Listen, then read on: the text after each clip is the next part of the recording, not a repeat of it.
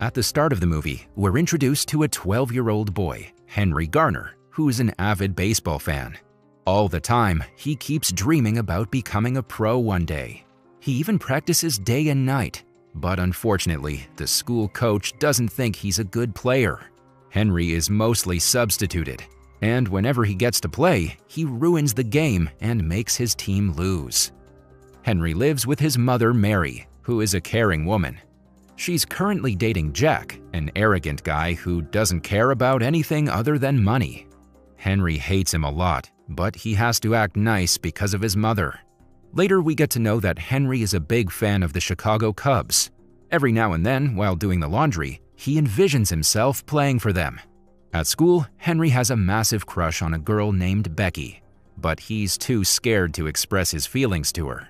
One day in the playground, Henry decides to impress her. So, when someone throws a ball high up in the air, he decides to catch it. Henry almost succeeds in doing so, but just then, he steps on another ball lying on the ground and falls down awkwardly. This dislocates his arm, causing him a lot of pain. Henry is immediately taken to the doctor and treated. For a few months, he's forced to stop playing baseball, making him extremely depressed. When the bones finally heal, Henry is taken to the doctor to remove his cast. Unfortunately, the doctor reveals that although the bones have healed, the tendons have fused in a very bad way. Because of this, a slight creaking sound is heard whenever Henry moves his arm. However, the little boy doesn't seem to care. He's happy that he can finally resume playing baseball now. To celebrate his cast-off day, Mary gives him and the boys tickets to the Cubs game. It's revealed that the Chicago Cubs are going through a very bad run of form. Their main pitcher, Chet Steadman, has been struggling badly due to a shoulder injury. The general manager of the club, Larry Fisher, is informed that if the Cubs are unable to sell every ticket of every game this year, they will have to forfeit the franchise. During the game, Chet is hit for yet another home run by the opposing team. Henry catches the ball, luckily, but when it's time to throw it back, he's a bit nervous because of his recently healed arm. However, after some pressure from his friends and the crowd, he swings his arm and throws it to the pitch. Shockingly, the ball travels at a supersonic speed. The commentators are amazed that someone has thrown a ball 435 feet with such force. Larry is also shocked, so he demands to have the kid in his team. The very next day, representatives from the Chicago Cubs arrive at Henry's house to hand him a tryout for the club. The boy is ecstatic that his dream has finally come true, so he immediately accepts the offer. Later, while practicing, the pitches thrown by Henry are over 100 miles per hour. Larry wants him in the team at any cost, and so he offers Jack 10% of Henry's contract if he's able to get the boy to agree to play. As expected, the little boy agrees right away. On his first game, Henry is briefed about the basics by the team coach, San Martinella. He promises to guide him into becoming a superstar. In the next scene, the games begin as the Chicago Cubs play the New York Mets. Chet is still unable to throw a good pitch, so the owner and the crowd demand that Henry be put on. Although reluctant, San agrees. The little boy is nervous as it's his first time in front of a large crowd. To make matters worse, his first pitch is hit for a home run by a scary-looking batter. The man then teases Henry as he leaves the field. Despite this, the little boy composes himself and, although he throws some bad pitches, he still manages to help his team beat the Mets. After the victory, Henry returns to his school, where he talks to Becky for the first time. His friends ask him to invite her to the boat they're making, but Henry cannot do it due to his nervousness. The friends then go to the lake to make their boat, because of which Henry reaches late to practice. In the next game, Henry is once again asked to pitch for the Cubs after relentless chanting from the crowd. His pitch hasn't really improved, but he's put on anyway. San asks Chet to give the boy some advice before he pitches. The latter reluctantly obliges and gives the boy some vague suggestions on the pitch. Although Henry doesn't understand much of it, he gets the motivation and ends up performing well. After some excellent pitches, he manages to win the game for his team. Everyone is ecstatic, especially Jack, who is now Henry's manager and has signed him up for a Pepsi sponsorship deal. After the game, Mary thanks Chet for helping her son out. The two then get to talking and form an instant connection. The next few games, Henry continues delivering outstanding performances, winning games one after another. In one instance, San even sends him out to bat. Henry gets to first base after the pitcher throws 4 balls and manages to unease the pitcher by teasing him and stealing one base after another, winning the game for his team. With days passing, Mary and Chet start getting closer, since the latter is like a guardian to Henry. One day, as they're dancing during a party, Jack notices them and realizes that Mary is slowly getting away from him.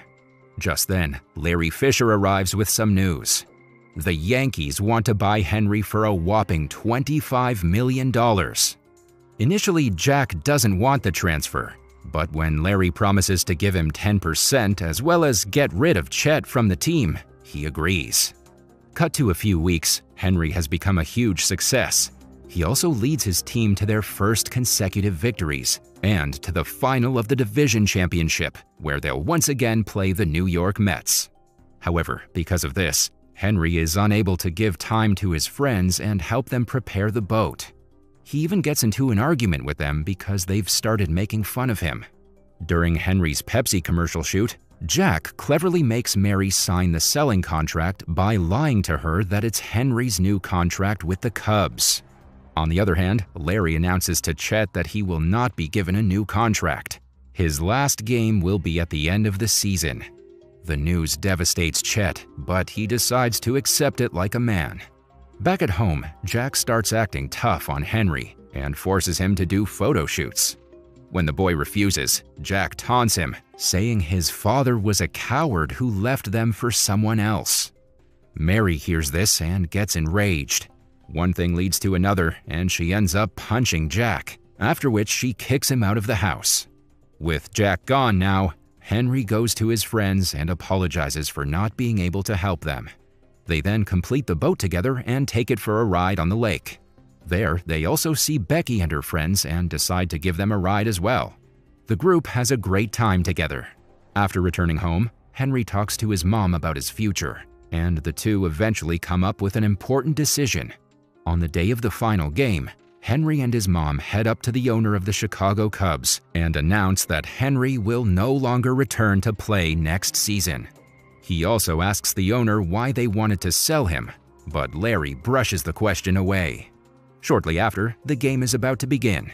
Despite having an injured shoulder, San asks Chet to start the pitching. The latter is scared and surprised, but he's also determined to win the game. Everyone, even the owner, comes down to the stands to watch the final game. Chet begins the innings with a few nice pitches. However, soon his arm starts acting up again, and he feels extreme pain in his shoulders. Despite this, he keeps on playing. In the 6th inning, he gets hit for a few runs. In the fit of passion and adrenaline, he throws a pitch so hard that it breaks the bat of the hitter. Chet tries to throw the ball again, but he can't because his shoulder is hurt badly. So he runs with the ball in hand to get the batter out. There are still 3 more innings remaining. However, Chet tells San that he's out and that he can't pitch anymore. With no options left, the coach hands the ball to Henry and requests him to win the game for them. Henry agrees but tells him that this will be his final game. As he walks into the field, the crowd cheers his name voraciously. Initially, he gives a very good performance and makes his team lead by 1 run. At the end of the final inning, the pressure is all on the Cubs to defend this 1-run lead. However, everyone is confident that Henry will secure the win. He confidently walks onto the field with determination in his eyes. But just as he's about to pick up the ball, he slips and falls down awkwardly. The landing is similar to how he broke his hand in the first place. The crowd gasps, but Henry gets up, claiming that he's okay. He heads up to the cube to throw the ball, but when he finally does, it barely reaches the batter. Henry looks at his arm and moves it around. This is when he realizes that the creaking sound is gone, and now he no longer has his super arm anymore. Despite this, he tries to make a pitch, but ends up throwing 4 consecutive balls, getting the batter to first base. The crowd, the owner, and even the commentators are confused at what they're seeing. Henry calls over his teammates for a small meeting and reveals that his arm is gone and he can no longer pitch like before. Hearing this, everyone is worried, but Henry mentions that he has a plan. He then briefs them about it, and the match resumes. Henry gets ready to pitch, and as the previous batter leaves the first base to steal a run, he realizes that Henry doesn't really have the ball. So the outfield player gets him out with the fake ball trick. However, they have to eliminate 2 more players to win the game. When the next player arrives, Henry throws 4 balls again to get the batter to first base. Unfortunately, this guy is not going to fall for the deceit. He doesn't leave the base, so Henry starts taunting and making fun of him. The plan works, and when the man has had enough, he makes a run for it. Henry rushes with the ball and gets the man out. This sends the crowd into a state of frenzy. Now the Cubs can win the championship and qualify for the playoffs if they manage to see off one final player. Unfortunately, the batter turns out to be the same scary-looking guy who had hit Henry for a home run in his first game. This makes the little boy scared, and he realizes that the man will probably hit another home run. Despite this, Henry throws the ball with all his might, but it travels so slowly that the scary man is taken off guard. He misses the ball completely. Although annoyed, the batter gets ready for the next pitch. This time, he manages to hit it, but the ball goes behind for a foul, leaving him with only 1 strike. Henry realizes that the same type of pitch won't get the batter out. Just then, he remembers how his mother always passes him the sunscreen by looping it into the air. The idea is a risky one, but Henry decides to try it anyway. He throws the ball as she does, and surprisingly, this gets the batter out and the crowd goes crazy. Everybody cheers as the Chicago Cubs win the division and qualify for the playoffs. In the final scene, we see that Henry is now playing in the Rookie League. He has improved substantially, even without his magical arm. Even his crush Becky has become one of his biggest fans.